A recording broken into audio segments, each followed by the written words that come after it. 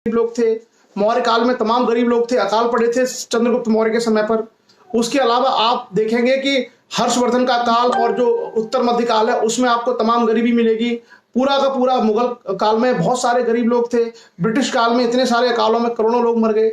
आज भी आप देखिए, आज भी 20, 25, 30 करोड़ लोग भारत में गरीब है। तो गरीबी अपने आप में एक वो अवस्था है जिस अवस्था से निकलने का प्रयास वो व्यक्ति अगर करे तो ज्यादा बेहतर कर सकता है। सरकार के द्वारा दी गई सुविधाएं हों, जो माहौल क्रिएट किया गया है, एनवायरनमेंट, जैसे आप मान लीजिए कि प्राइवेट सेक्टर में बहुत सारे जॉब्स आए, या आपने देखा होगा कि अभी जो है छोटी छोटी जो micro and small and medium जो इंडस्ट्रीज है इनको सरकार की तरफ से लोन दिया जाएगा, कोलेटरल फ्री लोन। तो जो ये कोलेटरल फ्री लोन होगा, अगर जिसके पास छोटा मोटा संसाधन है तो वो उद्योग धंधे स्थापित करके काम शुरू कर सकते हैं। हम बार बार जो है पढ़ाई की ओर क्यों जोर देते हैं? हम लोगों ने शिक्षा के माध्यम से अपने स्वयं के जीवन को बदलते देखा है। मैं दुनिया के उदाहरण आपको नहीं देता। हमारे जो दादाजी थे मेरे जो ग्रैंडफादर, वो एक सीमांत किसान थे, मार्जिनलाइज्ड फार्मर। ऐसे नहीं कि हमको जमींदार फैमिली से थे, सीमांत किसान, नाम मात्र की जमीन थी हमारे दादाजी के पास, और उस जमीन से वो जीवन यापन करते थे। और उस जमीन से उन्होंने, हमारी जो पिताजी की पीढ़ी है, उस पिताजी की पीढ़ी में कई लोग जो है नौकरी में आ गए, उसके बाद हमारी जनरेशन में कई सारे लोग आ गए। तो ये एक किसान से जो परिवर्तन हुआ है वो उसका तरीका सिर्फ शिक्षा है। हम लोगों के पास एजुकेशन के अलावा कोई दूसरा बहुत अच्छा रास्ता है नहीं। लोग आपको गुमराह करते हैं कि पॉलिटिक्स के माध्यम से हम तुम्हारा उद्धार कर देंगे, तुम हमारी जिंदाबाद करो, तुम हमको वोट दो। अरे भाई, जब आप अनपढ़ रह जाओगे, जब आपके बच्चे पढ़ ही नहीं पाएंगे, तो बताओ आपके बच्चे को वो कहाँ पे जो है एडजस्ट कर देंगे? हो सकता है वो कहीं कुछ लोगों को मजदूरी लगा दे कि भैया हमारा कोल्ड स्टोरेज में काम कर लो, हमारा भट्टा इस पर काम कर लो, या हमारे खेत में ये आलू खुदते इसमें काम कर लो, यही तो करा सकते हैं। अगर आपके बच्चे पढ़ेंगे लिखेंगे नहीं तो वो कैसे अपनी गरीबी को दूर करेंगे? क्या कोई रास्ता है? नहीं है। और इसलिए मैंने बहुत कोशिश की है 5-6 साल से कि शिक्षा को केंद्र में लाइए, शिक्षा को केंद्र में लाइए। शिक्षित होगा व्यक्ति तो 1000 काम कर सकता है। वो अफसर बन सकता है, वो डॉक्टर बन सकता है, वो इंजीनियर बन सकता है, बिजनेसमैन बन सकता है, सीए बन सकता है, वो बैंक में, रेलवे में, एसएससी के जरिए एम्प्लॉय बन सकता है, और वो व्यक्ति बेहतर समाज को भी चला सकता है। इसलिए हमने लोगों से आग्रह किया था, आप शिक्षा को केंद्र में लाइए। आप बार बार 2 चीजों को केंद्र में लाते हैं, एक धर्म को, एक राजनीति को। ना तो धर्म से भला होता, ना राजनीति से भला होता। धर्म का मतलब जो पाखंड और अंधविश्वास वाली चीजें बार बार आती हैं। और यही लोगों से हम कह रहे हैं कि भाई आप उस गरीबी से निकल ही नहीं सकते हो। अगर आप स्कूल छोड़ दो, आप स्कूल छोड़ दीजिए, तो गलत काम करके, आपराधिक प्रवृत्तियां करके जो लोग पैसे कमाते हैं वो इक्का दुक्का लोग होते हैं। बाकी लोगों का जीवन क्या होगा? बाकी लोगों के पास अवसर नहीं होंगे। और यही समाज की सबसे बड़ी विडंबना और सबसे बड़ी समस्या रही है। मैं पिछले 6-7 सालों से जो लगातार संघर्ष कर रहा हूं इस सोच के खिलाफ, और कई बार ये लोगों को, खास करके पॉलिटिशियन लोगों को ये चीजें पसंद नहीं आई। उनको लगा कि आप ये क्या बात कर रहे हो, अरे ऐसा ऐसे चलने दो। मैंने कहा भैया, समाज जब तक शिक्षित नहीं होगा, आज जो भी समाज फॉरवर्ड समाज हैं, या जो भी समाज पैसे से मजबूत है, आप देखिए कहाँ वो रोड पे मर रहे हैं। क्या क्या जो है, जो पढ़े लिखे समाज हैं, जो आर्थिक रूप से संपन्न समाज है, क्या वो सड़क पे, हाईवे पर जो है जा रहे हैं पैदल? क्या उनकी मृत्यु हो रही है? नहीं हो रही है, क्योंकि उनके पास रिसोर्सेज है, वो अपने घरों में बैठे हुए हैं आराम से, उनको से दिक्कत नहीं है। 4 महीने बाद काम चलेगा, फिर कमा लेंगे। क्यों? क्योंकि उनके पास काबिलियत है, उनके पास पूंजी है। और खास करके हमारा जैसा जो ग्रामीण समाज है, कृषक समाज, उस कृषक समाज के पास इतना पैसा भी नहीं है कि आदमी बिजनेस कर पाए। बिजनेस करना भी बहुत मुश्किल है, क्योंकि कैपिटल नहीं है। बिना कैपिटल के यू कैन नॉट इन्वेस्ट। आप इन्वेस्टमेंट नहीं कर सकेंगे, और इन्वेस्टमेंट अगर नहीं करेगा तो बिजनेस करेंगे कहां से? सो this is the real problem.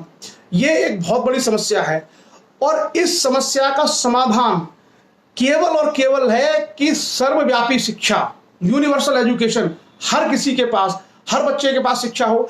जरूरी नहीं है कि वो आईएएस बने। कई बार लोग हमारी चीजों को ये जोड़ते हैं कि साहब आप समाज को आईएएस बनाने के पीछे पड़े हो। ऐसा नहीं है। हमारा मकसद ये है कि लोग काबिलियत हासिल करें और अपनी रुचि के अनुसार अपने अपने फील्ड में जाएं। अगर किसी को लगता है कि मुझे सरकारी नौकरियों में जाना है तो सरकारी नौकरियों की तरफ जाएं। अगर किसी को लगता है कि शिक्षा के माध्यम से हम लोग एमबीए कर सकते हैं, बीटेक कर सकते हैं, और प्राइवेट किसी अच्छी कंपनी में हम एचआर या मैनेजर या एमडी बन सकते हैं, जाइए बिल्कुल, जहां आपको अवसर मिले। और शायद इस सेशन में तो नहीं, मैंने कई बार पहले एक एनालिसिस दिया था समाज के सामने।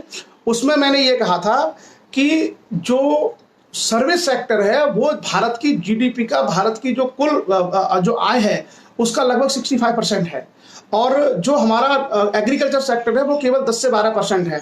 तो एग्रीकल्चर सेक्टर में अगर आप काम करते रहेंगे तो आपको 10 से 12% ही इनकम हो सकती है, और अगर आप नौकरियों में जाएंगे तो आपकी हिस्सेदारी 60% से ऊपर की इनकम में हो सकती है। ये छोटा सा सिंपल चीजें हैं, और ये लोग 1990 तक नहीं जानते थे। 1990 के बाद 1991 में भारत में एलपीजी पॉलिसी आई, ग्लोबलाइजेशन, लिबरलाइजेशन एंड प्राइवेटाइजेशन। उसके माध्यम से भारत का इकोनॉमिक सेटअप चेंज हुआ, भारत का जो आर्थिक दृष्टिकोण है ये चेंज हुआ। और अर्थव्यवस्था को जब तक हम नहीं समझेंगे तब तक अर्थव्यवस्था में हिस्सेदारी लेना बड़ा मुश्किल होता है, क्योंकि आर्थिक गतिविधियां किस तरीके से चल रही हैं, कौन से बिजनेस चलते हैं, कहां से इनकम हो रही है, कौन सी नौकरियां निकल रही हैं, कौन सी नई कंपनी आने वाली है, किस तरह की उसमें योग्यता चाहिए, अगर हम उसको नहीं जानते तो हम उसमें एंट्री नहीं कर सकते। So this is the real problem, और you have only one solution. आपको कोई कितना भी गुमराह करे, आपके सामने सिर्फ एक ही समस्या का समाधान है, और वो है समाधान शिक्षा। पढ़िए पढ़िए पढ़िए, जिस भी फील्ड में जाना चाहते हैं पढ़िए, और जरूरी नहीं है कि आप नौकरी करें। अगर मैं तो कहता हूं कि पॉलिटिक्स भी अगर करनी है तो you must be highly qualified. आपको लगता है कि कोई फाइनेंस मिनिस्टर बन सकता है ऐसे ही? आपको लगता है कोई विदेश मंत्री बन जाएगा बिना इंग्लिश को जानने वाला? आपको लगता है कोई व्यक्ति जो है जो टेक्निकल मिनिस्ट्रीज हैं उनको संभाल सकते हैं? नहीं संभाल सकते, क्योंकि वहां भी बहुत क्वालिफिकेशन की जरूरत पड़ती है। तो राजनीति में जाने के लिए भी जिन लोगों को लगता है ना खाली एमएलए एमपी बनने से कोई राजनीति नहीं होती है, एमएलए एमपी तो जनसंख्या के हिसाब से बन जाते हैं, लेकिन आपका इंपैक्ट क्या है, आपका प्रभाव क्या है, और वो प्रभाव आता है आपकी काबिलियत से। अगर आपके पास एजुकेशन है तो आप बहुत अच्छे, बहुत प्रभावशाली राजनेता भी बन सकते हैं, और सिर्फ राजनेता बन नहीं सकते, आप बहुत सारे लोगों के जीवन को बदल सकते हैं, बहुत सारे नई आप पॉलिसी ड्राफ्ट कर सकते हैं, बहुत सारे आप नए विधेयक लेके आ सकते हैं कि भैया इनको कानून बनाओ। वो तभी होगा जब आपके पास योग्यता आएगी, और उस योग्यता का आधार है शिक्षा। तो जो स्वामी विवेकानंद जी ने कहा था कि सबसे बड़ा पाप है गरीबी, वो उनका संदर्भ यही था कि आप गरीबी के कारण बहुत सारी चीजों से अपने आप वंचित हो जाते हैं। इलाज से वंचित, शिक्षा से वंचित, रोटी से वंचित, और अब तो हम देख रहे हैं कि लोग मर भी रहे हैं ऐसे ही। सो ये जो सारी चीजें हैं वो सारी की सारी चीजें लोगों को ध्यान में रखनी चाहिए। और विवेकानंद अपने आप में अपने युग के सबसे बड़े विचारक थे। विवेकानंद, स्वामी विवेकानंद अपने युग के सबसे बड़े विचारक थे। आपको मालूम होगा कि 1893 का जो धर्म संसद था शिकागो में, उसने पूरी दुनिया के विद्वानों को उन्होंने झुका दिया था। तो हम लोगों को पढ़ना चाहिए उनको, और समझना चाहिए कि उन्होंने क्या कहा। उन्होंने अगर कुछ चीजें कही हैं, एक आदमी 39 साल की उम्र में दुनिया के सबसे प्रसिद्ध व्यक्तित्व के रूप में उभर के आया, तो ऐसा साधारण आदमी नहीं होगा। अगर उन्होंने कुछ कहा है तो उसका गंभीरता से हम लोगों को चिंतन मनन और मंथन करना चाहिए, ताकि हम उनके रास्तों पर चल सके। तो ये आज का विषय था। डॉक्टर सौरभ राजपूत जी एटा थे, उन्होंने ये प्रसंग दिया था कि सर उन्होंने क्यों कहा था कि गरीबी सबसे बड़ा अभिशाप है, और हमने गरीबी का भी एनालिसिस किया और गरीबी के निवारण के लिए क्या तरीके हो सकते हैं। मैं आज भी आपसे कह रहा हूं, गौतम बुद्ध ने कहा है अपो दीपो भव, अपने प्रकाश खुद बनिए, अपना रास्ता खुद तय करिए। अगर आपके मस्तिष्क में ये आता है कि हमको कुछ करना है तो आप कर सकते हैं, ये सब करना आपको है। हम लोग किसी से उम्मीद, मतलब मैं जो सेशन आपके साथ में डिस्कस करता हूं, इसका मतलब भी कभी आप ये मत समझना कि मैं आपके जीवन का उद्धार कर रहा हूं, नहीं। हमने जो कुछ सीखा है वो नॉलेज मैं आपके साथ शेयर कर रहा हूं। ये आप सब लोगों के ऊपर निर्भर है कि आप उसको कितना ग्रहण करते हैं, और फिर उसमें कितनी एनरिचमेंट अपने आप से करते हैं। आप अपने प्रयासों से उसको कितना बढ़ाते हैं और अपने जीवन में उसको सार्थक बनाते हैं। ये सब व्यक्ति से व्यक्ति के ऊपर निर्भर करता है। दुनिया में केवल आपके सामने मार्गदर्शन मिल सकता है, आपके सामने कोई गाइडेंस मिल सकती है, प्रयास व्यक्ति को खुद ही करने होते हैं। और डॉक्टर एपीजे अब्दुल कलाम और डॉक्टर भीमराव अंबेडकर, भारत के दो महान व्यक्तित्व के जीवन को आप पढ़ेंगे तो कितनी घोर गरीबी और यातनाएं उन लोगों ने झेली, उसके बाद भी वो भारत के शीर्ष व्यक्तित्व बने। कैसे, किसके दम पर, क्या था? डॉक्टर अंबेडकर अपने समय भारत में सबसे पढ़े लिखे आदमी थे। डॉक्टर अंबेडकर साहब भारत में उस समय के सबसे पढ़े लिखे आदमी थे। और एपीजे अब्दुल कलाम को तो आप जानते ही हैं, द ग्रेटेस्ट साइंटिस्ट। तो ऐसी चीजों से हम सीख सकते हैं कि वो गरीबी से ही निकल के आए, और गरीबी से उनको निकालने में किसी नेता ने उनको पैसे वाला नहीं बनाया, उनकी शिक्षा ने उनको वो स्थान दिया। उनकी जो एजुकेशन है, उनकी एजुकेशन ने उनको वो सम्मान दिया। तो हमारे पास भी, और खास करके खेतीहर ग्रामीण कृषक समुदाय के लोगों के लिए शिक्षा ही एकमात्र विकल्प है। और जैसा उन्होंने कहा कि शिक्षा शेरनी का वो दूध है जो पिएगा वो दहाड़ेगा, डॉक्टर अम्बेडकर साहब ने। तो थोड़ा सा पढ़िए इन लोगों से सीखिए और अपने आप को निकालिए इन सारे चीजों से। और जो व्यसन और बुराइयां हैं जिनकी हम लोग अक्सर पोस्टमार्टम करते रहते हैं, मैंने जो कर्मकांड और पाखंड है उनका पोस्टमार्टम कर दिया था एक बार तो कई सारे लोगों की बड़ी अजीब अजीब प्रतिक्रियाएं भी आना शुरू हो गई थी कि अरे साहब ये तो आपने पूरे सिस्टम को हिला दिया। तो मैंने कोई बात नहीं भाई लोगों को समझने दीजिए। तो पुरानी जो लोग हैं ना, जो एक लीक पर चलते रहते हैं, आप लोग जानते होंगे कि पहले एक बैलगाड़ी चला करती थी। तो हम लोगों ने अपने बचपन में देखी थी बैलगाड़ी। तो बैलगाड़ी में क्या होता था कि खेत में होके जाती थी तो एक लीक बन जाती थी। लीक मतलब पहिए जो होते बैलगाड़ी के लकड़ी के होते थे और उनके पहिए के नीचे गहरे गहरे गड्ढे बनते चले जाते, उसको बोलते थे लीक। तो उस बैलगाड़ी के बाद जितनी भी बैलगाड़ियां थी उस लीक पे महीनों चलती थी। मतलब गाड़ियां प्रयास नहीं करती थी इस लीक को तोड़ा जाए, सब उस पर ही चलते रहते थे। इसी तरीके से जो कर्मकांड है, पाखंड है, अंधविश्वास है, ये हमारे मन मस्तिष्क पर उस लीक की तरह घुस गए। हम उस लीक को तोड़ना नहीं चाहते। और जैसे ही आप उस लीक को तोड़ने का प्रयास करेंगे, कई लोग सवाल खड़ा कर देंगे, अरे ये क्या कर दिया, ये क्या कर दिया, जबकि पता है कि वो बेचारे बैल वही फंसे हुए हैं। तो बहुत सारी चीजें ऐसी होती हैं जिसको लेकर के लोगों में बड़ी असहज प्रतिक्रिया होती है और ज्ञान के विषय पर तर्क नहीं करना चाहते। जहां तर्क होगा वहां उन्नति होगी, जहां तर्क नहीं होगा वहां अंधविश्वास होगा, अंध आस्था होगी और वहां अंधभक्ति होगी। और जहां भी अंधभक्ति होगी वहां पतन होगा किसी भी समाज का, किसी भी सभ्यता का। मैं सिर्फ भारत के संदर्भ में नहीं कह रहा हूं, पूरे विश्व में आप देख लीजिए, जहां तर्क नहीं होगा वहां पर अंध आस्था होगी और अंध आस्था हमेशा अंधभक्ति को जन्म देगी। और जहां जहां अंधभक्ति है उन सभ्यताओं का पतन हो गया। हम लोग तो व्यक्ति हैं, पूरी की पूरी सिविलाइजेशन डिस्ट्रॉय नहीं है। क्लियर? सो चलिए आगे हम चर्चा करते हैं और अब आते हैं भारत की नदियों के बारे में। आज का हमारा विषय है भारत की नदियां, रिवर्स, इंडिया की जो रिवर्स हैं उसके बारे में हम चर्चा करेंगे। और प्रमुख नदियों के बारे में हम लोगों ने लिया है क्योंकि भारत में हजारों नदियां हैं और हजारों नदियों को पढ़ पाना, हजारों नदियों के बारे में जानना थोड़ा मुश्किल भी है। और ये सब चीजें सबके लिए इतना जरूरी भी नहीं है। मतलब मैंने ये देखा है कि प्रतियोगी परीक्षाओं में इत्यादि में आपने देखा होगा कि जो रिवर्स है इंडिया में, वो सारी जो रिवर्स हैं उत्तर से लेकर दक्षिण तक, आमतौर पर जो प्रमुख नदियां हैं उन प्रमुख नदियों को ही उन प्रमुख, ये कौन आ गया? वीरेंद्र कसाना, भगाओ इसको यहां से।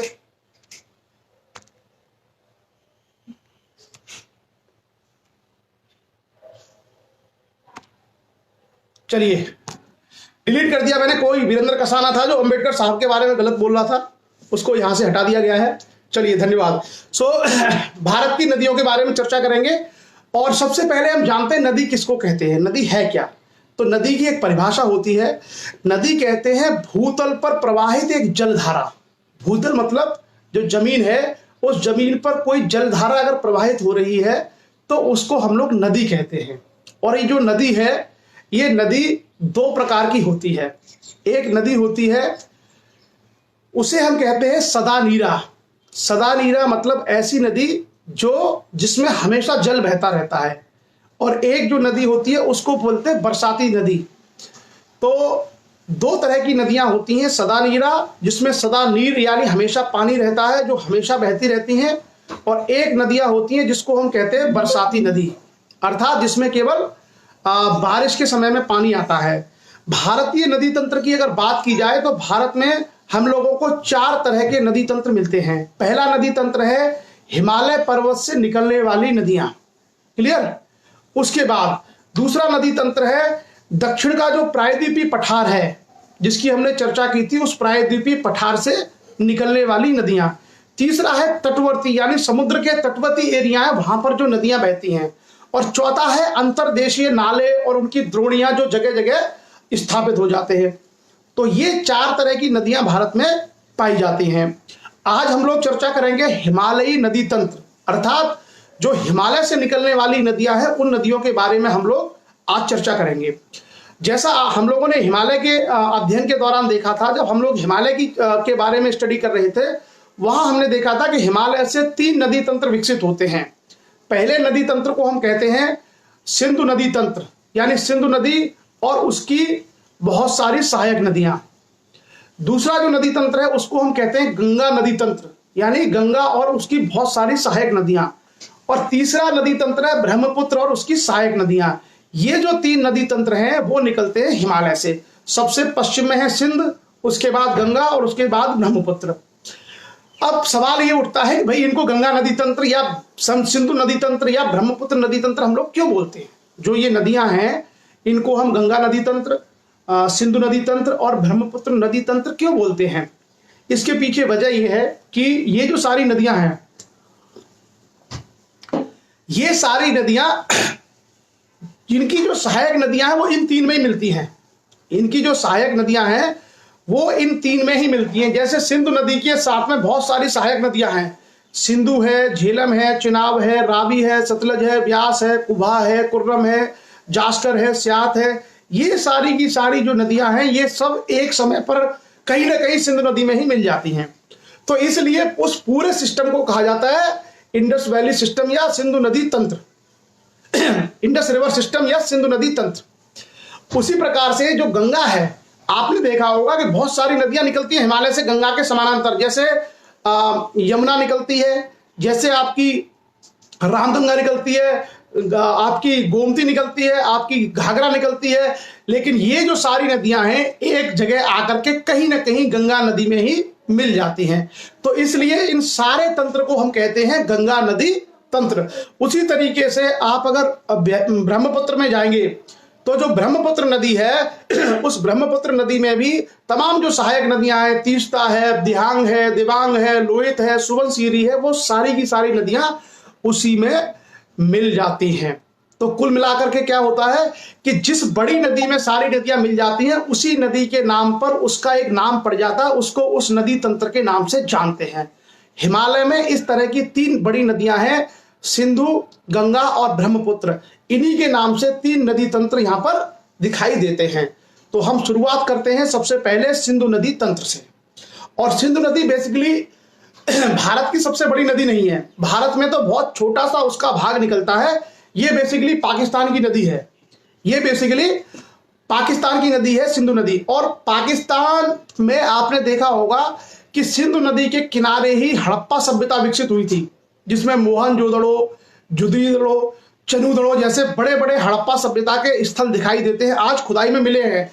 इसलिए सिंधु नदी पर एक सभ्यता विकसित हुई थी जिसको हम सिंधु घाटी की सभ्यता भी कहते हैं, यानी इंडस वैली सिविलाइजेशन, जो कि भारत की सबसे प्राचीन सभ्यता थी, जो कि भारत की सबसे प्राचीन सभ्यता थी।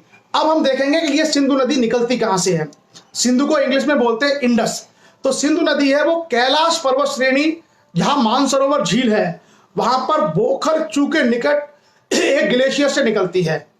सिंधु नदी तिब्बत में मानसरोवर झील के पास बोखर चू नाम के स्थान पर एक हिमनद है, ग्लेशियर, वहां से निकलती है।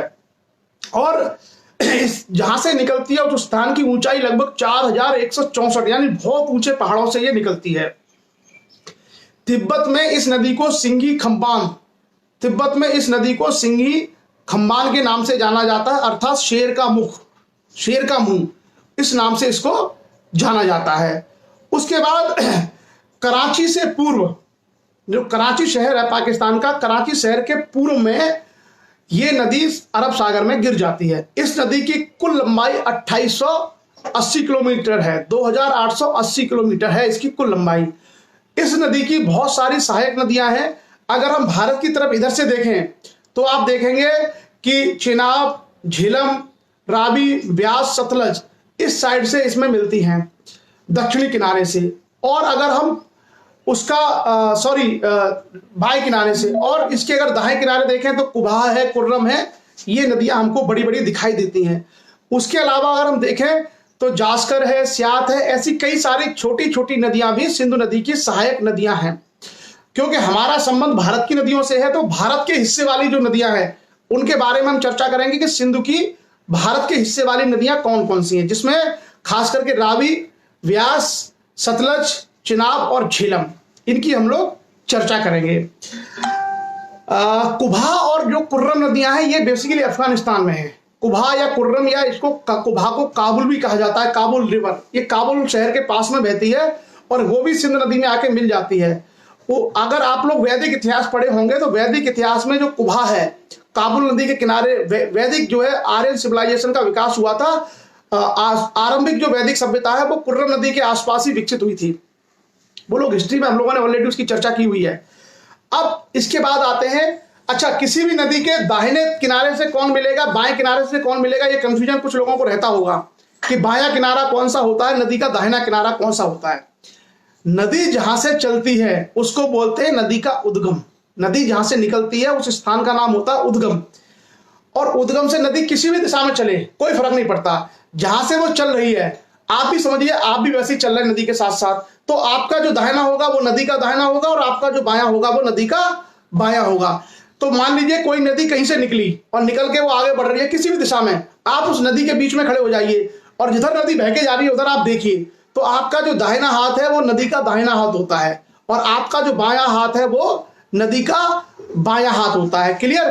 तो अगर कभी इससे कहा जाए कि ये नदी इसके बाएं मिलती है, ये नदी इसके दाएं मिलती है, तो कंफ्यूज मत होइएगा। नदी जिधर जा रही है आप भी उधर मुंह कर लीजिए और बस अपना दाहिना हाथ देखिए वो दायां होता है और अपना बायां देखेंगे तो वो बायां हाथ होता है, नदी का बायां किनारा और दायां किनारा।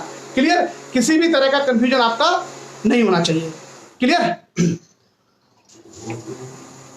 अब हम आते हैं सिंध नदी की सहायक नदियों के बारे में कि सिंध की कौन कौन सी सहायक नदियां हैं।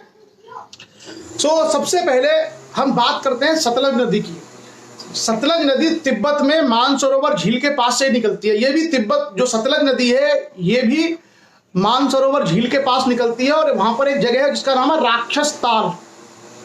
राक्षस ताल नाम के स्थान से सतलज नदी का उद्गम होता है और रावी, चिनाब और झेलम नदियों का पानी लेते हुए ये चली जाती है और ये पाकिस्तान में एक जगह है मिथनकोट, वहां जाकर के ये सिंध नदी में मिल जाती है। इस पर करीब करीब 1450 किलोमीटर इसकी लंबाई है। 1450 किलोमीटर सतलज नदी की लंबाई है और सतलज नदी पर ही भारत का प्रसिद्ध भाखड़ा नागल डैम है। सतलज नदी पर ही भारत का सबसे प्रसिद्ध भाखड़ा नागल डैम है जो हम लोग प्राइमरी कक्षाओं में भी पढ़ते थे। क्लियर? उसके बाद हम आगे बढ़ते हैं और आगे आती है झेलम। ये जो सारी नदियां हैं वो सिंध नदी के बाएं तट से मिल रही हैं क्योंकि ये सब भारत की तरफ से ऐसे घूम के जाकर के मिलती हैं। क्लियर? थोड़ा सा मैथ से समझाना आसान होता लेकिन फिर भी आप थोड़ा सा प्रयास करिए।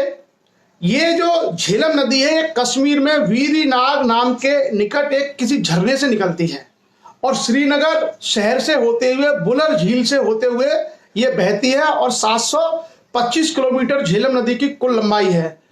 झेलम नदी आगे चल करके सतलज में मिलते हुए सीधे सिंध नदी में मिल जाती है। उसके बाद आते हैं हम रावी नदी। रावी नदी हिमाचल प्रदेश की कुल्लू की पहाड़ियों से निकलती है।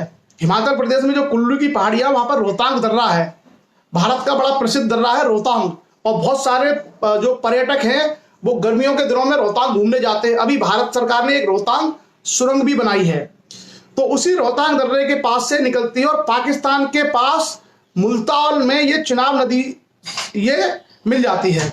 चिनाब से मिल जाती है रावी, पाकिस्तान के मुल्तान में। रावी नदी की कुल लंबाई 720 किलोमीटर है और जो हड़प्पा नाम का जो ऐतिहासिक स्थल है वो रावी नदी के तट पर ही है। जो हड़प्पा नाम का स्थल है जिसके नाम से इसको हम लोग हड़प्पा सभ्यता कहते हैं, ये बेसिकली रावी नदी के तट पर ही है। क्लियर? उसके बाद आगे हम चलते हैं चिनाब। चिनाब बेसिकली एक नदी नहीं है, ये दो नदी हैं। चिनाब दो नदी हैं, एक का नाम है चंद्र और एक का नाम है भागा। ये दोनों नदियां हिमाचल प्रदेश के जो लाहौल स्पीति जिला है वहां से निकलती हैं और उसके बाद लगभग 960 किलोमीटर चिनाब बहती है और चिनाब का प्रभाव कश्मीर में है सबसे ज्यादा है और आगे चल करके ये भी सिंध नदी में मिल जाती है। जो सिंध की जितनी सहायक नदियां हैं उनमें से एक नदी है ब्यास। ब्यास आपने सुना होगा, व्यास जी का नाम सुना होगा जिन्होंने महाभारत लिखा था, वेद व्यास। तो सिंध की जितनी सहायक नदियां हैं उनमें से व्यास नदी एकमात्र ऐसी नदी है जो भारत से निकलती है और भारत में ही बहती है। मतलब ये पाकिस्तान में नहीं जाती, ये भारत में ही खत्म हो जाती है। कौन सी नदी? व्यास नदी। तो व्यास नदी ही एकमात्र सिंध की सहायक नदियों में से ऐसी नदी है जो केवल भारत में ही बहती है, पूरी भारत से निकल के भारत में ही। ये रोहतांग दर्रे के पास में व्यास कुंड है। कभी आप लोग अगर घूमने गए होंगे मनाली, तो मनाली और कुल्लू जो है इसी नदी के किनारे पर हैं। कभी अगर आप लोग घूमने गए होंगे मनाली तो आपने देखा होगा मनाली के बिल्कुल किनारे किनारे ये नदी बहती है, व्यास नदी। और व्यास नदी ऊपर जाकर के निकल के आती है रोहतांग दर्रे के पास से, और वहां से बहते हुए ये केवल भारत में ही बहती है और 470 किलोमीटर ये लंबी है, और ये पंजाब में जाकर के अमृतसर के पास में सतलज नदी में मिल जाती है। तो कुल मिलाकर के इसका जो प्रभाव क्षेत्र है, ये प्रभाव क्षेत्र केवल और केवल भारत है। तो कभी आपके सामने ये क्वेश्चन आ सकता है कि भारत में सिंध नदी की नदियों में से ऐसी कौन सी नदी है जो केवल और केवल भारत में बहती है? ये नदी है व्यास नदी। व्यास नदी केवल और केवल भारत में ही बहती है, और इसका पूरा का पूरा क्षेत्र, थैंक यू बेटा, इसका पूरा का पूरा क्षेत्र भारतीय हिस्से में है। तो ये जो सारी नदियां हैं जिसकी हमने चर्चा की, सिंध नदी, झेलम नदी, व्यास नदी, रावी नदी, चेनाब नदी, ये सारा का सारा क्या है? हमारा सिंधु नदी तंत्र है। सिंधु नदी में उधर से जो कुभा और कुर्रम मिलती हैं वो हम लोग केवल जानने के लिए उसको समझें, और लाहौल नदी है, छोटी छोटी जास्कर नदी है, इस तरह की छोटी छोटी कई और सारी नदियां इसमें मिलती हैं। तो ये सारा का सारा हमारा सिंधु नदी का तंत्र है। मुझे लगता है कि इतना अगर आप याद रखेंगे, और मैंने एक कोड बता दिया था, सिंधु झेलते चली रास्ते में व्यास मिली, ये वाली लाइन आप याद रख लीजिएगा। सिंधु झेलते चली रास्ते में व्यास मिली। सिंधु मतलब सिंधु, झेलते मतलब झेलम, चली मतलब चेनाब, रास्ते में तो रास्ते मतलब रावी, व्यास व्यास व्यास, और रास्ते में व्यास मिली, लास्ट में सतलज। तो ये जो सारा का सारा सिस्टम है वो आपको बिल्कुल स्पष्ट हो गया होगा। ये इनका क्रम है, पहले सिंधु आएगी, फिर झेलम आएगी, फिर चेनाब आएगी, फिर आपकी आएगी रावी, और फिर आएगी आपकी व्यास, और सबसे इधर दक्षिण में सतलज। तो क्लियर? अब हम आगे बढ़ेंगे, और भारत का सबसे महत्वपूर्ण नदी तंत्र जिसको हम लोग गंगा नदी तंत्र के नाम से जानते हैं, उसकी हम लोग चर्चा करेंगे। क्लियर? सो गंगा नदी तंत्र जैसा आप जानते हैं, सबने सुना है, और सबसे ज्यादा प्रसिद्ध भी है गंगा नदी तंत्र। तो गंगा नदी तंत्र के बारे में सबसे पहले हम जानेंगे गंगा क्या है। गंगा के बारे में ज्यादातर लोगों को लगता है कि गंगा वही है जो, हाँ, ये उत्तम राहुल राजपूत ने कहा है कि जहां पर व्यास नदी सतलज में मिलती है वह हरिके बैराज है, और हरिके बैराज से ही इंदिरा गांधी नहर निकलती है, और इंदिरा गांधी नहर के पानी ने ही राजस्थान का जो उत्तरी हिस्सा है उसको हरा भरा कर दिया है। भारत की सबसे लंबी नहर है इंदिरा गांधी नहर, और वो सतलज वहीं से निकलते हुए सीधे राजस्थान में चली जाती है हरिके बैराज से। उत्तम राहुल ने एक फैक्ट बताया, बहुत सही। अब आते हैं हम गंगा नदी। तो गंगा नदी के बारे में चर्चा करने से पहले मैं आपसे कुछ पूछता हूं, कितने लोगों ने ऋषिकेश और हरिद्वार देखा है, और कितने लोगों ने बद्रीनाथ देखा है? और जिन्होंने ऋषिकेश, हरिद्वार और बद्रीनाथ देखा होगा वो बड़े आसानी से समझ जाएंगे गंगा नदी के बारे में। गंगा नदी थोड़ा टेक्निकल है, ऐसे आसान नहीं है समझना।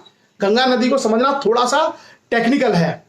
तो जिन लोगों ने बद्रीनाथ की यात्रा की होगी, या जिन लोगों ने जो 4 धाम कभी घूमने गए होंगे, या जिन लोगों ने कभी पंच प्रयाग कभी देखे होंगे, तो वो गंगा नदी को बेहतर तरीके से समझ सकते हैं।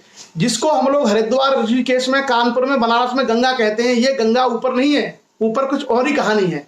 और आज आप लोगों को बड़ा क्लियर हो जाएगा कि ये क्या है।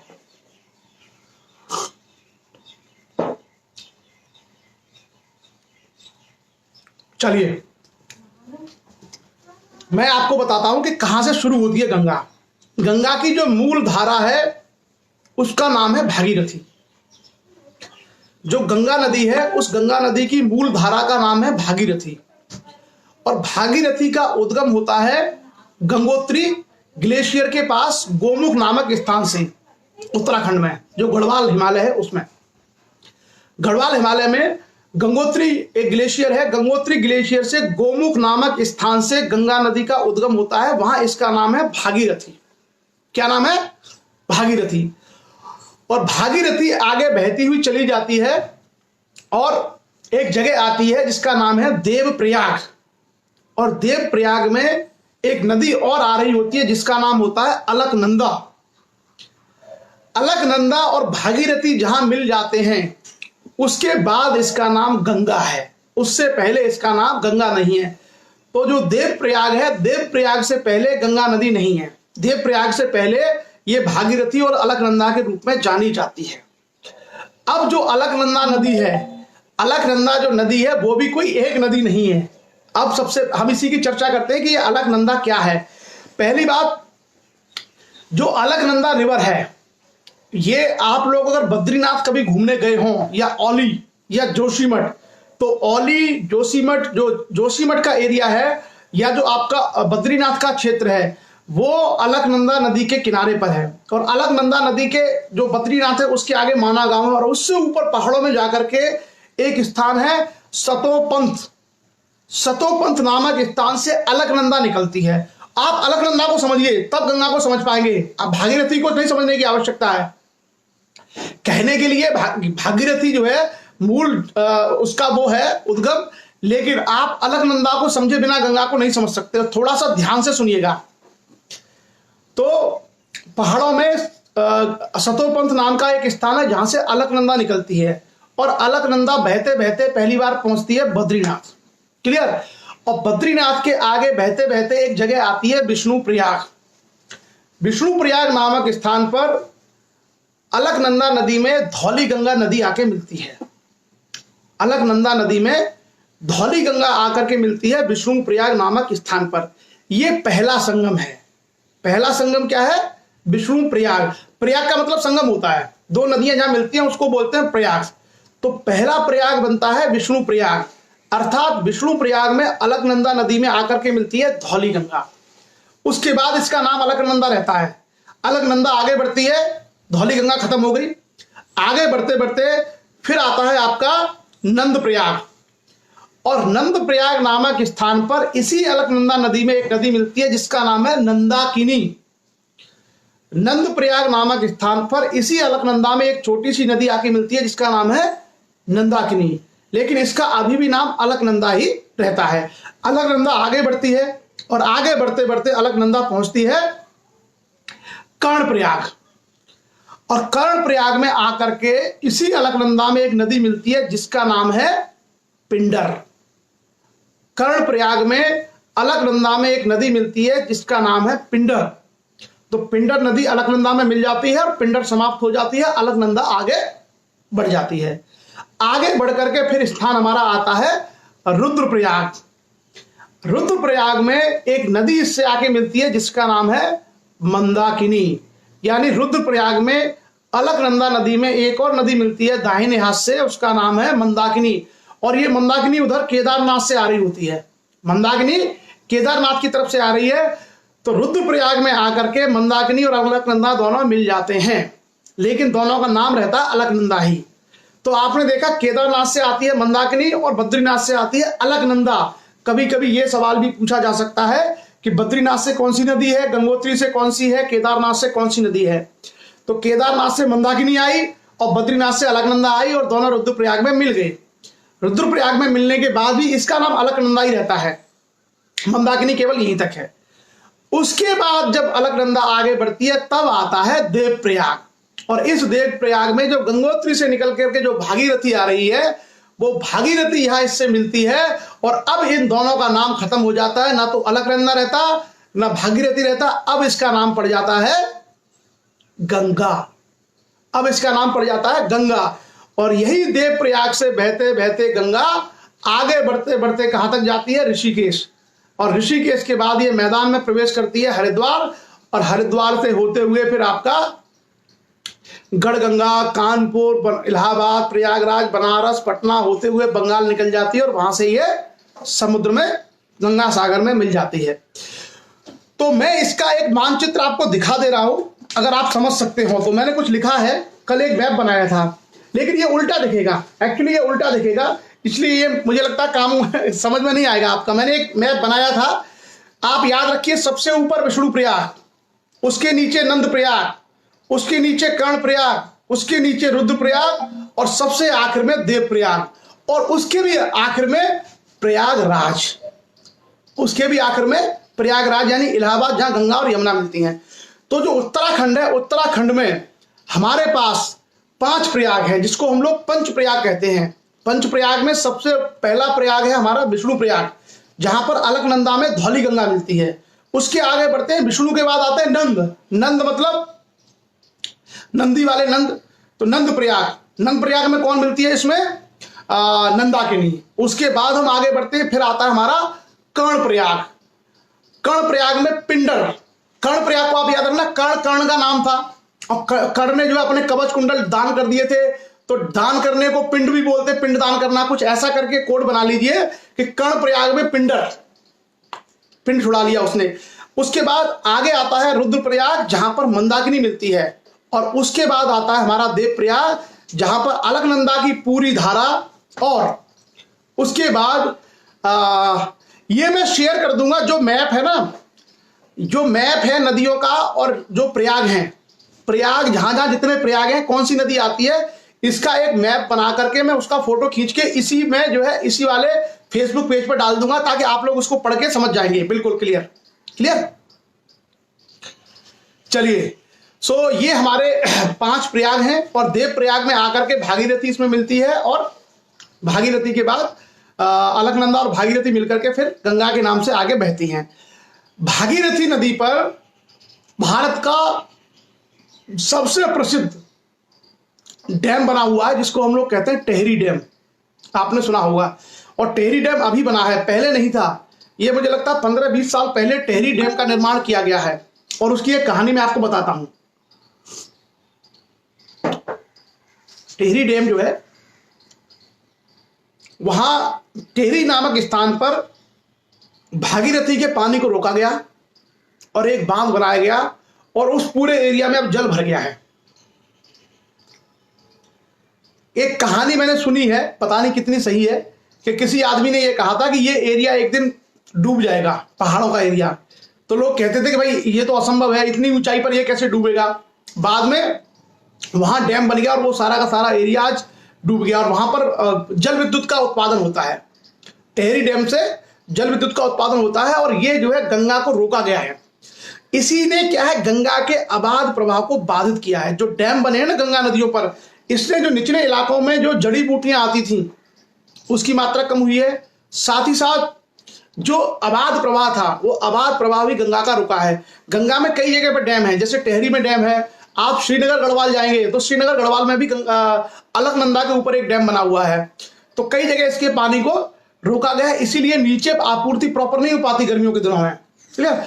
सो ये हमारी गंगा रिवर है। तो आप याद रखना, जो टेहरी डैम है वो भागीरथी पर है, और जो गढ़वाल श्रीनगर डैम है वो अलकनंदा पर है। 2 बड़े प्रसिद्ध डैम हैं गंगा नदी पर, लेकिन वहां पर इनके नाम गंगा नहीं है, वहां पर इनके नाम है टेहरी डैम। टेहरी नामक स्थान पर है। जो टेहरी डैम है वो टेहरी नामक स्थान है गढ़वाल हिमालय में। क्लियर। अब हम आगे बढ़ते हैं कि गंगा नदी के किनारे कौन कौन से बड़े शहर हैं। तो जैसे मैंने आपसे चर्चा की कि 5 तो प्रयाग ही हो गए, 5 प्रयाग पड़ते हैं। उसके अलावा ऋषिकेश है, उसके अलावा आपका हरिद्वार है। लेकिन हरिद्वार से लेकर के कानपुर तक गंगा नदी के किनारे कोई बड़ा शहर नहीं है। हरिद्वार से लेकर के कानपुर तक गंगा नदी के किनारे कोई भी बड़ा शहर नहीं है, और यही गंगा की सबसे बड़ी खासियत है। इसी कारण से गंगा यहां पर गंदी नहीं है, और कानपुर के बाद आपको पूरी गंगा गंदी मिलेगी, क्योंकि हरिद्वार से लेकर के कानपुर तक कोई शहर नहीं है बड़ा। और इसी की तुलना अगर हम यमुना से करें तो यमुनानगर, उसके बाद बड़ा शहर दिल्ली, दिल्ली के बाद बड़ा शहर मथुरा, मथुरा के बाद बड़ा शहर आगरा। तो यमुना में क्या है, बड़े शहर होने के कारण गंदगी शुरू से ही आ जाती है, इसलिए यमुना पूरी तरीके से गंदी है। दिल्ली में ही आप यमुना का हाल देख सकते हैं। क्लियर। सो लेकिन गंगा के साथ ऐसा नहीं है। गंगा कानपुर तक बहुत सही है, कानपुर तक गंगा में कोई ज्यादा समस्या नहीं है। कानपुर के बाद गंगा गंदी होती है। कानपुर की जो गंदगी जाती है और उसके बाद प्रयागराज, इलाहाबाद इत्यादि की गंदगी जाती है, नहीं तो गंगा वहां तक ठीक है। और अगर बड़े शहरों की बात की जाए तो गंगा के किनारे कानपुर के बाद फिर बड़ा शहर आता है आपका प्रयागराज, और प्रयागराज में गंगा में यमुना मिलती है। उसके बाद अगर हम आगे बढ़े तो बनारस, पटना, ये बड़े शहर हैं गंगा के किनारे। उधर अगर बंगाल में जाएंगे तो मुर्शिदाबाद एक बड़ा शहर है। उसके बाद हम आगे चलते हैं। नवंबर 2008 में गंगा को राष्ट्रीय नदी घोषित किया गया। नवंबर 2008 में गंगा को राष्ट्रीय नदी घोषित किया गया, और हिंदू मान्यता के अनुसार गंगा को पतित पावनी या मोक्षदायिनी कहा जाता है। गंगा को हिंदू मान्यताओं के अनुसार, तो मैं इसलिए कह रहा हूं ना, हमें अपना दिमाग खोल के पढ़ना चाहिए। 2008 में गंगा को राष्ट्रीय नदी घोषित किया। 2008 में, याद रखिए 2008 में किसने किया होगा, मैं हिंट कर रहा हूं, बस डिस्कस नहीं करेंगे। इसलिए कह रहा हूं कि हमें अपनी जो मान्यता है वो बड़ा निष्पक्ष होकर सोचनी चाहिए। 2008 में गंगा को राष्ट्रीय नदी किसने घोषित किया, अगर आप समझ जाएंगे तो आपके दिमाग में जो चलता रहता है उल्टी सीधी चीजें कि वो बढ़िया है, वो खराब है, वो अच्छे हैं, इस तरह का कॉन्सेप्ट निकल जाएगा। क्लियर।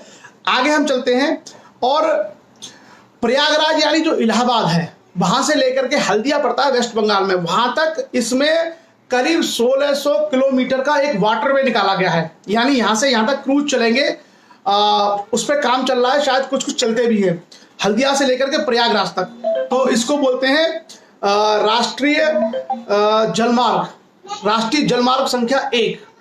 क्लियर। आगे बढ़ेंगे और अब देखेंगे कि इसकी जो हमारा जो गंगा है, इस गंगा में कौन कौन सी नदियां मिलती हैं।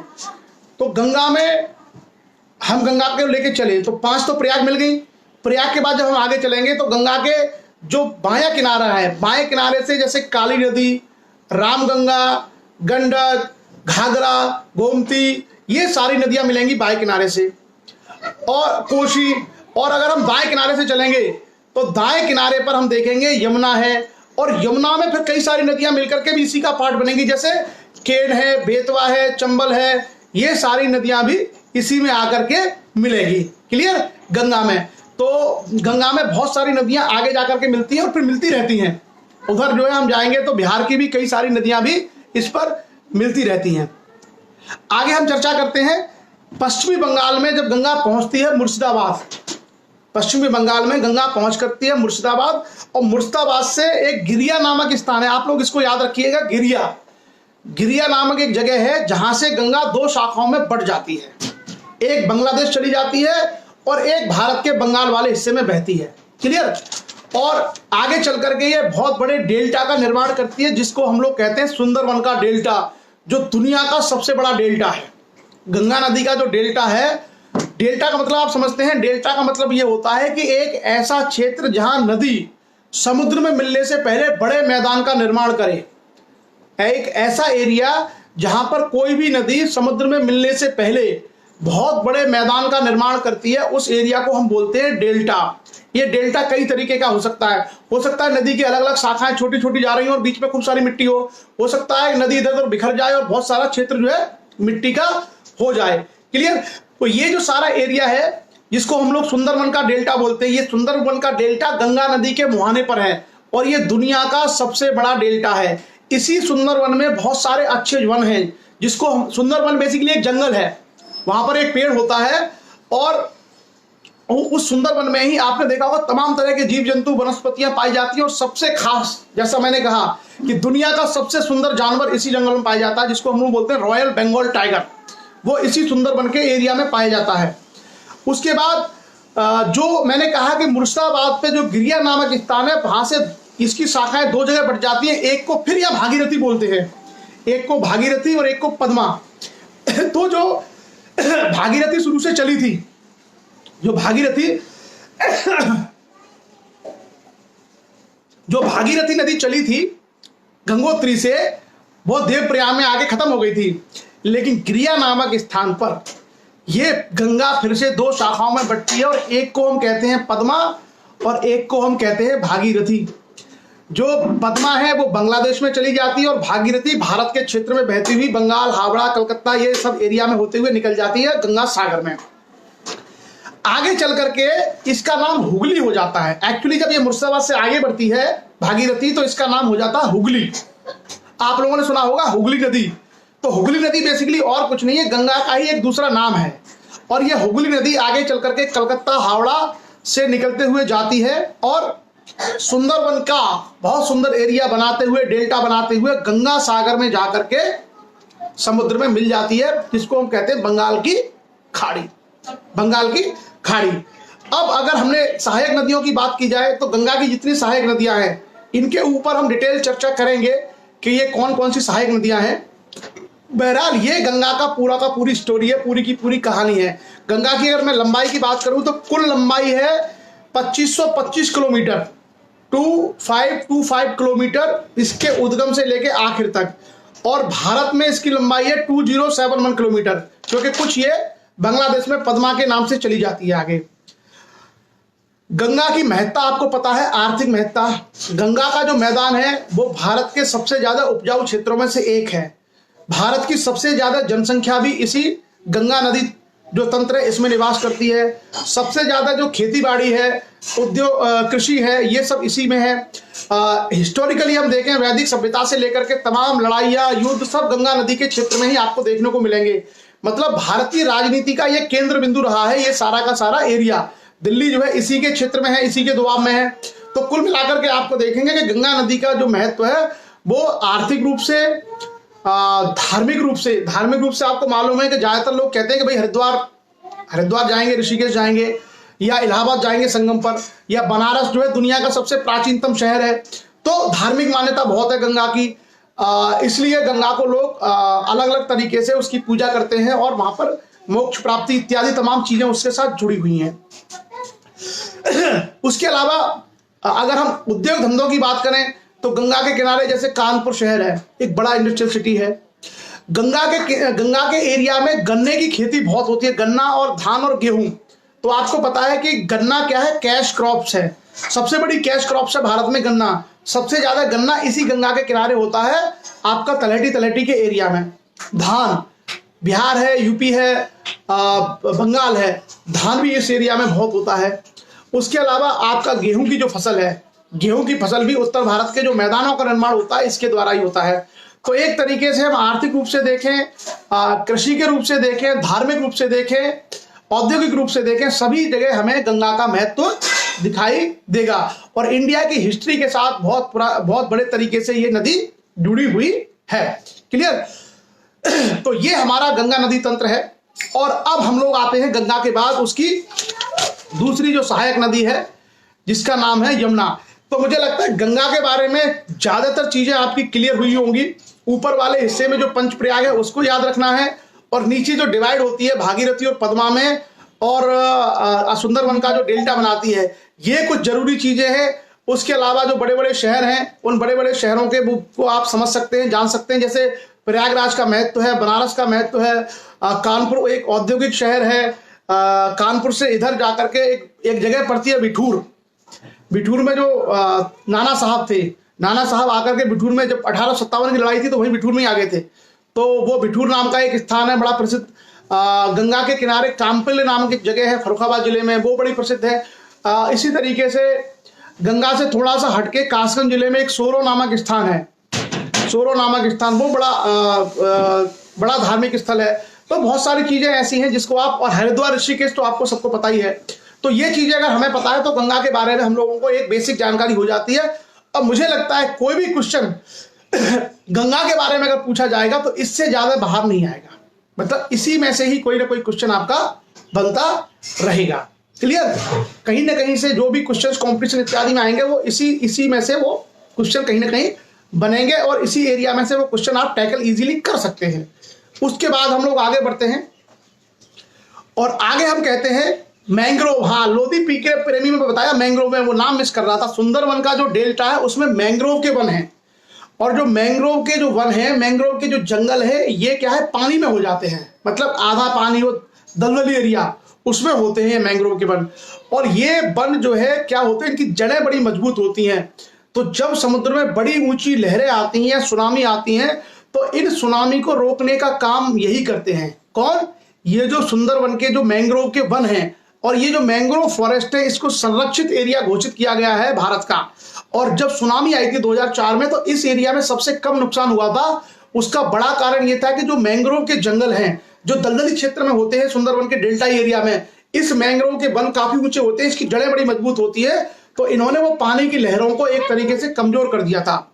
इसका लाभ हुआ था कि उस एरिया में सुनामी से सबसे कम नुकसान हुआ था। बाकी कोस्टल एरिया में आप पाएंगे कि 2004 में बड़ा नुकसान हुआ था सुनामी से। क्लियर?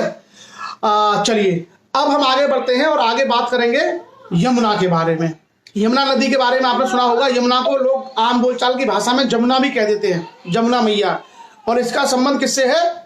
कृष्ण। इसका संबंध कृष्ण से है। और मथुरा, वृंदावन, ये सब आपने सुना होगा। और दिल्ली जो एक भारत की राजधानी रहा है वो भी एक बड़ा प्रसिद्ध रहा है। यमुना नदी की कुल जो लंबाई है, यमुना नदी की कुल लंबाई है 1376 किलोमीटर इसकी कुल लंबाई है। और इसका उद्गम होता है यमुनोत्री, आपने सुना होगा। जैसे गंगा निकलती है गंगोत्री से, ऐसे ही यमुना निकलती है यमुनोत्री से। यमुना निकलती है यमुनोत्री से। और यमुनोत्री में एक जगह है बंदरपूछ। यमुनोत्री में एक जगह है बंदरपूछ, याद रखना, बंदरपूछ नामक एक स्थान है, वहां से ये यमुना नदी निकलती है। और इसकी जो सहायक नदियां हैं यमुना की सहायक नदियां हैं टोंस, बेतवा, केन, चंबल और सिंध। सिंध नदी जो आती है हमारे मध्य प्रदेश से, सिंध नदी आती है मध्य प्रदेश से, वो भी इसकी सहायक नदी है। यमुना नदी कई सारे एरिया में हरियाणा और उत्तर प्रदेश की सीमा बनाती है।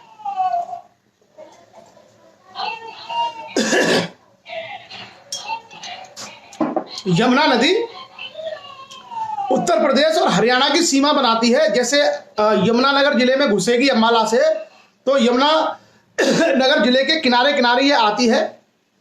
पलवल, सॉरी,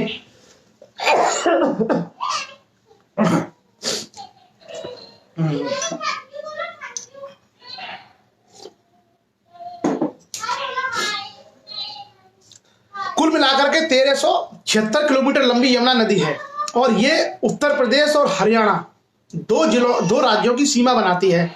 यमुनोत्री से निकल करके ये आती है और हरियाणा और यूपी के बॉर्डर से चलते चलते दिल्ली में घुसती है और दिल्ली के किनारे से ये निकलती है। अब तो दिल्ली के बीच में हो गई है, पहले दिल्ली के एक तरीके से इसके दक्षिण में दिल्ली था। और दिल्ली से फिर आगे बढ़ते हुए ये जाती है मथुरा के बाद आगरा, और आगरा के बाद अगर हम देखें तो इस पर इटावा, एक इटावा के किनारे, मतलब इटावा से थोड़ा दूर से निकलती है और वहां से आगे होते हुए ये पहुंचती है और आगे जाकर के ये प्रयागराज के पास इलाहाबाद में, यानी प्रयागराज में गंगा नदी से मिल जाती है। और प्रयागराज का नाम प्रयागराज इसीलिए पड़ा है क्योंकि वो सारे प्रयागों का प्रयाग है। मतलब जैसे नंद प्रयाग, कर्ण प्रयाग, विष्णु प्रयाग, रुद्र प्रयाग, देव प्रयाग, इन सारे प्रयागों से बड़ा प्रयाग है प्रयागराज, क्योंकि वहां पर गंगा की सबसे बड़ी सहायक जो नदी है यमुना, वो आके मिलती है, इसलिए उसको नाम दिया गया था प्रयागराज। उसका नाम पहले प्रयागराज ही था, बाद में अकबर के समय उसका नाम, जब अकबर ने तौहीद इलाही चलाया था तो उस शहर का नाम इलाहाबाद पड़ा था, पहले उसका नाम प्रयागराज ही था। उसके बाद इसकी बहुत ज्यादा गहराई नहीं है, यमुना नदी बहुत ज्यादा गहरी नहीं है। दिल्ली के पास ये सबसे ज्यादा गहरी है और दिल्ली के बाद अगर आप जाएंगे तो इसकी बहुत गहराई नहीं है, औसत गहराई बहुत कम है, जबकि गंगा की औसत गहराई बहुत ज्यादा है। उसके बाद इसकी जो सहायक नदियां हैं, आप लोगों ने देखा होगा, सबसे पहले हम अगर आगरा पार करें तो आगरा पार करने के बाद धौलपुर जिला आता है राजस्थान का। धौलपुर जिले से थोड़ा सा ही आगे चंबल नदी है।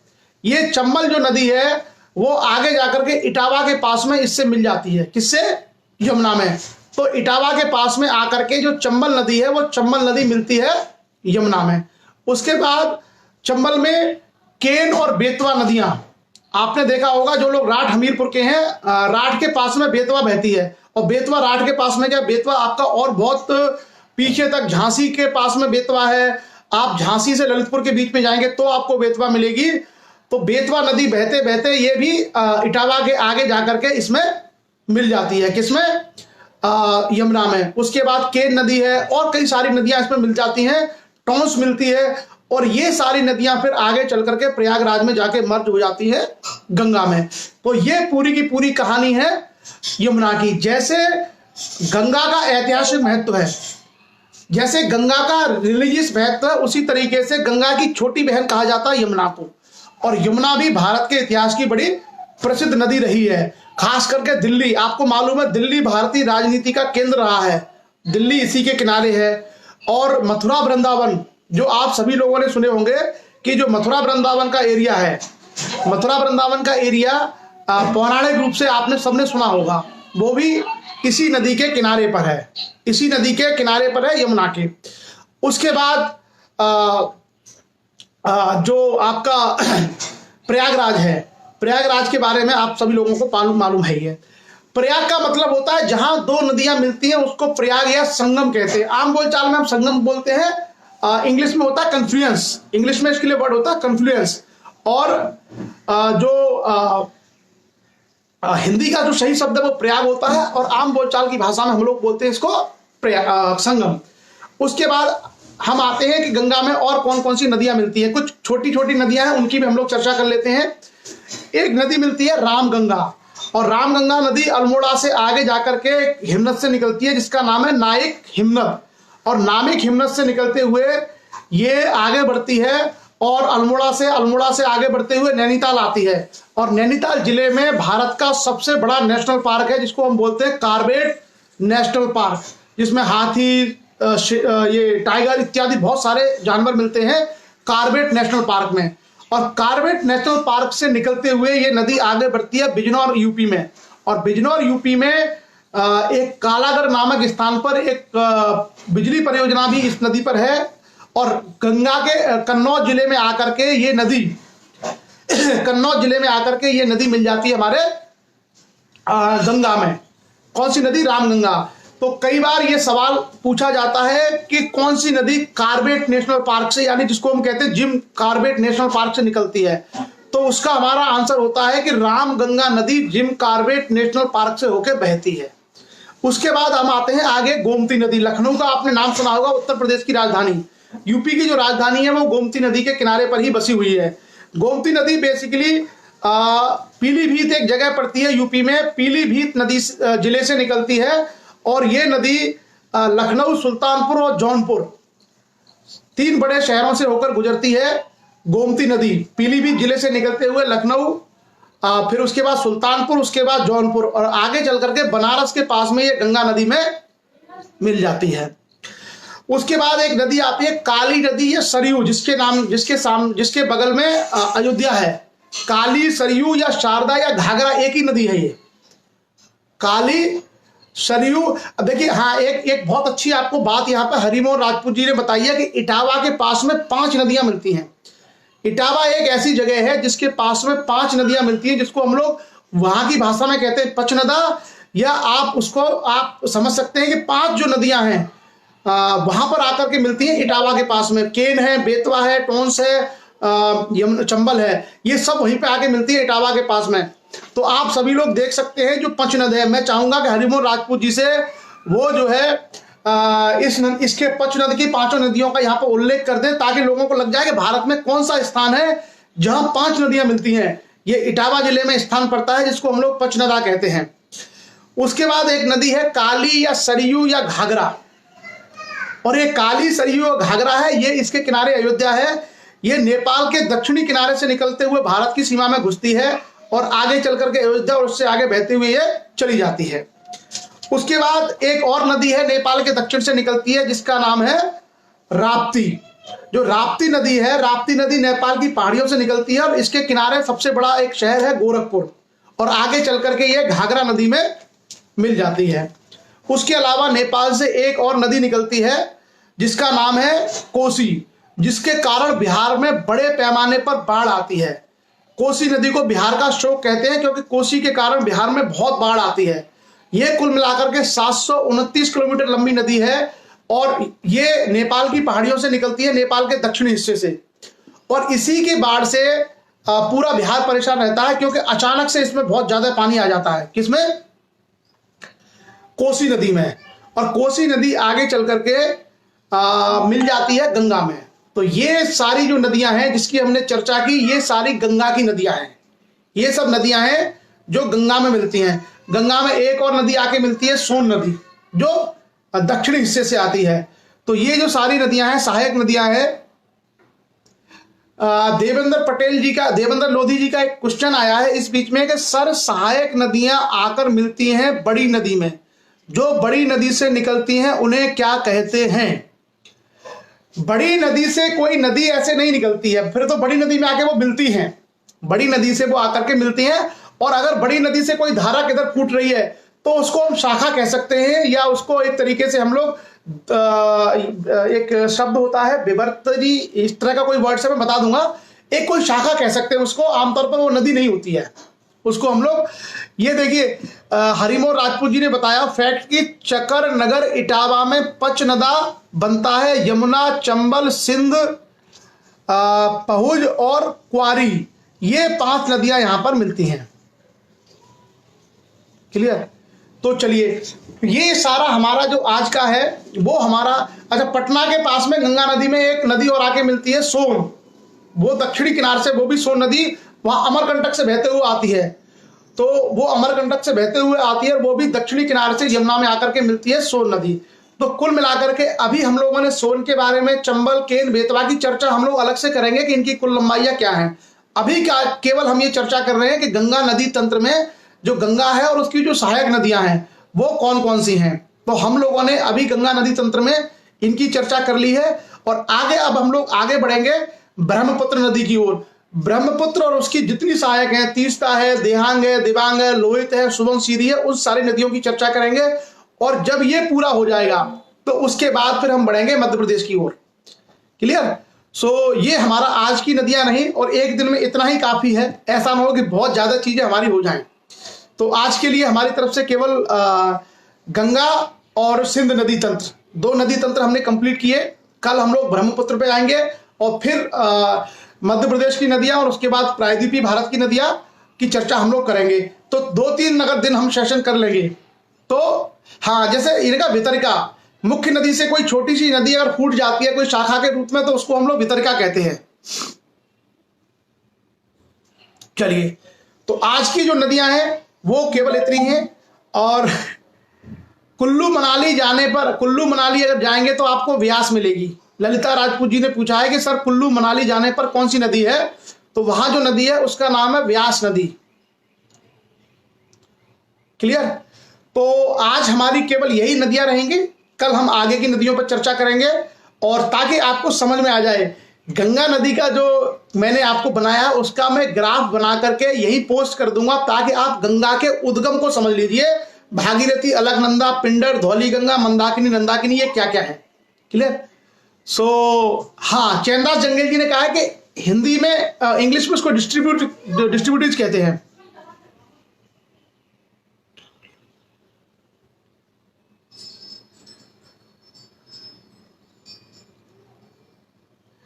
लोधी विकास वर्मा ने कहा है कि उत्तर प्रदेश पुलिस की तैयारी के लिए क्या किताब चाहिए। तो विकास, आप लूसेंट की जनरल नॉलेज ले लीजिए और 10th लेवल का मैथ रीजनिंग कर लीजिए, उतने में आपका यूपी पुलिस की तैयारी हो जाएगी। सरस्वती नदी पौराणिक है। सरस्वती नदी के बारे में, सरस्वती नदी कहीं बहती नहीं है, अभी कोई मतलब उसका ऐसा वो नहीं है, वो पुराणों में और किताबों में लिखा हुआ है, लेकिन ऐसे बहते हुए हमें कोई वो नदी नहीं दिखती है। क्लियर?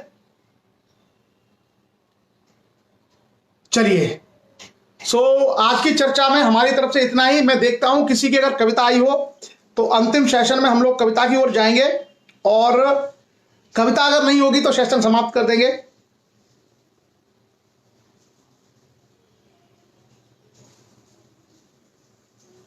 आज हमारे साथ शायद किसी की कविता पहुंची नहीं है, तो कोई नहीं, आज आप लोग आराम कीजिए, कल अपनी कविताएं भेजिए, और कल हम लोग आगे की चर्चा करेंगे। आज की चर्चा को हम लोग यही समाप्त करते हैं, और वैसे भी सोमवार है, मंडे को ऑफिस थोड़ा जल्दी पहुंचना होता है। तो चलिए, आप सभी लोग चर्चा में जुड़े, उसके लिए आप सभी लोगों का बहुत बहुत आभार। आज के लिए बस इतना ही। आप सभी का दिन शुभ हो। जय हिंद।